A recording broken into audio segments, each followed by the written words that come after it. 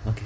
Assalamualaikum warahmatullahi taala wabarakatuh. Khabar semua netizen yang mengikuti page Wana Alwi Data Wizard dan juga page Nadi Duit. InsyaAllah hari ini kita sambung kembali bicara kita dalam bidang keusahawanan. Apa yang kita nak bicara pada kali ini ialah bicara tentang berkaitan dengan ilmu sedikit ilmu keuangan dan keusahawanan seperti permulaan. Jadi kita berharap pada netizen yang mengikuti page Wan Alwi Data Wizard dan juga page Nadi Duit mungkin dapat like, share dan juga komen dan juga berkongsi-kongsi lah dengan para usahawan di luar sana yang sentiasa mahu menambahkan ilmu untuk mencari berbagai-bagai penyelesaian yang boleh kita selesaikan dalam urusan bisnes kita seharian di luar sana kan, terutama yang bisnes-bisnes kecil yang sentiasa mahu mengembangkan bisnes, membesarkan bisnes, mencapai apa yang ditargetkan dalam kehidupan. Okey, apa yang kita nak bincang pada hari ini ialah saya akan bincangkan perkara yang pernah saya belajar dahulu ketika saya mengikuti satu program Wang Power yang dikendalikan oleh Abang Abu Mekanik Wang itu pada tahun 2012 lah, dan sekarang ini pada tahun 2020 dan 2021 saya terus bersama dengan Abang Abu Mekanik Wang untuk mendalami ilmu-ilmu berkaitan dengan kewangan, ilmu bisnes secara realiti berdasarkan pada teori dan juga praktikal pengalaman yang beliau hadapi jalan jatuh bangunnya beliau dalam membangunkan bidang keusahawanan. Apa yang kita belajar dulu ialah berkaitan dengan apa itu luck, L-U-C-K kan. Ramai orang kata bahawa kita ni beruntung, datangnya luck, kita ni lucky kan. Apakah faktor-faktor yang sebenarnya mempengaruhi luck? Adakah luck ini suatu benda yang tiba-tiba datang menerpa kita ini ialah datang begitu saja, ataupun dia ada faktor-faktor yang boleh kita membawa perniagaan kita, bisnes kita kepada satu perkara yang telah boleh kita rancangkan dan kita mencari supaya luck itu datang. Dia tidak datang dengan satu jatuh daripada langit, tapi dia datang dengan ada faktor-faktor yang menyebabkan dia akan datang kepada kita dan memberikan satu kemudahan kepada kita. Yang pertamanya L. L adalah location. Location. L adalah location, L-U-C-K. L adalah location. Apa makna location? Maknanya apabila kita duduk dalam bisnes kita, kita kena tengok juga lokasi premis yang kita duduk. Lokasi tempat kita berniaga. Adakah lokasi itu memberikan luck kepada kita ataupun tidak? Dalam lokasi ini ada lokasi online dan juga ada lokasi offline. So kita kena tahulah yang mana lokasi online dan mana lokasi offline, yang mana lokasi ini akan memberikan kekuatan pada kita untuk mendatangkan luck itu kepada kita. Itu yang pertama. Yang keduanya U. Apa makna U? U adalah understanding what is going on. Maknanya memahami apa yang sedang berlaku sekarang dalam dunia bisnes. Apabila kita nak buat satu bisnes, kita faham proses dia. Kita kena faham apakah yang sedang berlaku sekarang. Kita kena faham apakah situasi pelanggan yang mahu sekarang. Kita kena faham apakah produk dan servis yang pelanggan nak sekarang. Macam MCO 3.0 ni lah kan, dalam bidang sektor pendidikan. Tentulah sesiapa yang masuk dalam bidang sektor pendidikan menyedari situasi sekarang tidak akan memihak kepada mereka lah.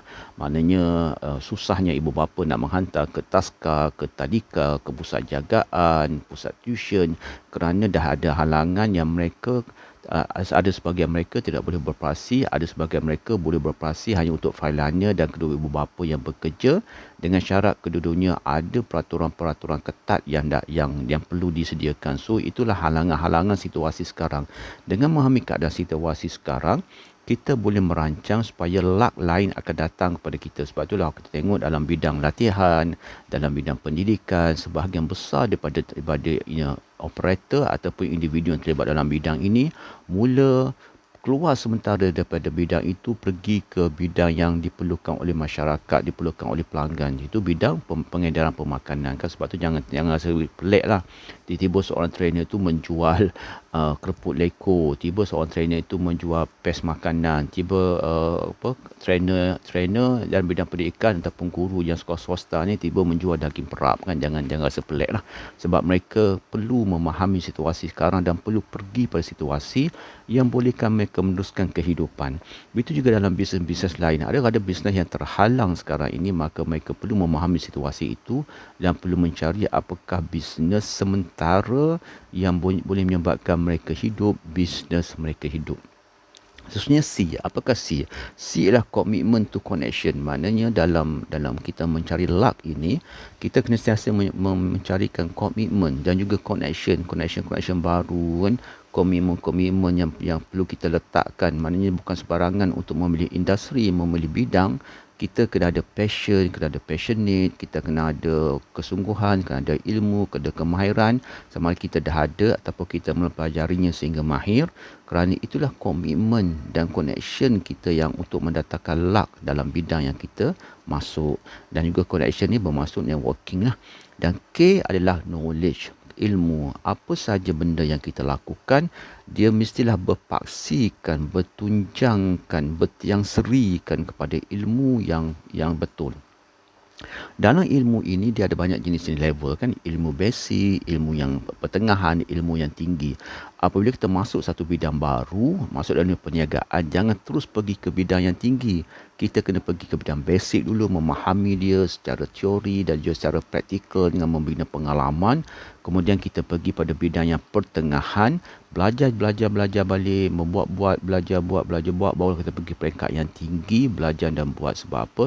Dalam setiap level perniagaan ini ada proses-proses yang tertentu, ada dugaan-dugaan je, ada ujian-ujian je untuk memahamkan kita bahawa dunia perniagaan ni bukan dunia yang senang duduk lengan goyang kaki sahaja. Dia ada proses-proses yang perlu kita lalui. Itu konsep LUCK, location, understanding, commitment dan juga knowledge. Itu kelak. Okey, yang keduanya bidang MAPS, MAP. Apa itu MAP? Dalam dunia perniagaan, MAP bermaksud M ialah minda, mind setting kita kena perlu betul-betul untuk kita berjaya dalam perniagaan. A ialah action, tindakan-tindakan kita yang ke arah mencapai KPI kita, bermula KPI yang kecil-kecil sehinggalah KPI yang besar-besar. P ialah planning, merancang, melaksana, kerana itulah dan keadaan yang perlu kita lakukan, terutama masa-masa sekarang dalam keadaan COVID dan juga MCO ini, banyak benda uncertainty yang kita tidak boleh jangka kan. Apa dia bicara pada hari ini mungkin dah tak laku pada esoknya. Apa yang akan dibicarakan ini mungkin sesuai pada setengah orang, tak sesuai pada keseluruhan. So perkara itu yang perlu kita lakukan. MAP juga bermaksud kita kena ada, M ialah mentor, A ialah Allah, P adalah pegangan kita lah kepada agama kita juga, MAP. So itu antara yang kita bincangkan.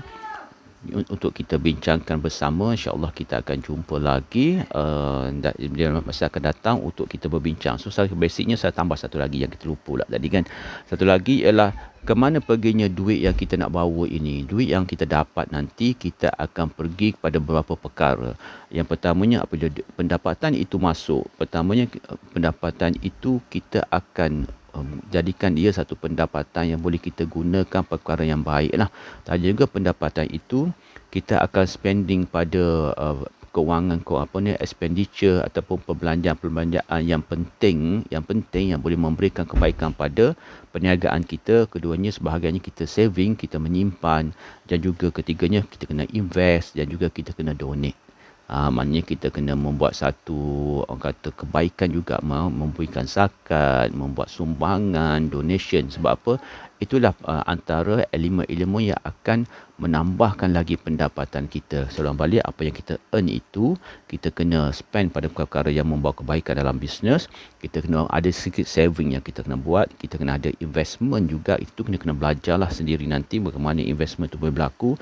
Jadi akhirnya kita kena donate, membuat sumbangan-sumbangan ke arah jalan Allah dan juga memberi kebaikan pada orang lain kan. Ada zakatnya, ada sumbangan-sumbangan lain, membantu orang-orang lain. Sebab apa?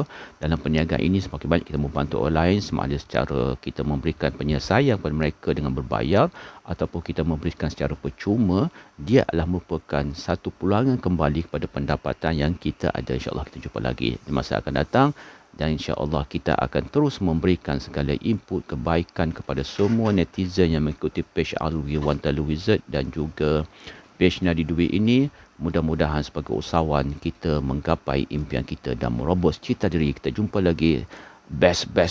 Anda sentiasa terbaik. Assalamualaikum warahmatullahi taala wabarakatuh.